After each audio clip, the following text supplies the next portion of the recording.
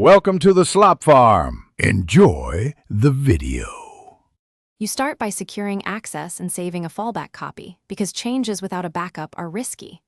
Once logged in, create a branch or export the site. This isolates work and makes rollback easy. Open the CMS editor or your IDE, then pinpoint the template or component you need to update. Make a small, focused change first, edit text or a class, so you can verify end-to-end quickly.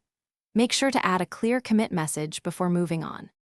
Now implement the core update. Modify HTML, adjust CSS classes, or change JS behavior while explaining why each tweak matters for layout and performance. Once done, build locally and run linters or unit tests so automated checks catch syntax or logic errors.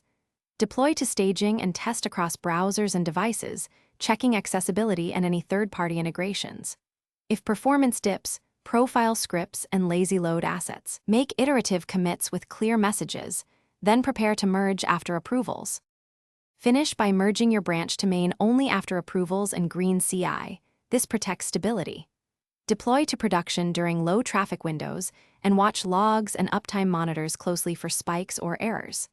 Verify key user flows, form submissions, and analytics events to ensure nothing regressed. If something breaks, follow the rollback plan, revert the merge or deploy the saved backup, then open a hotfix branch to correct issues.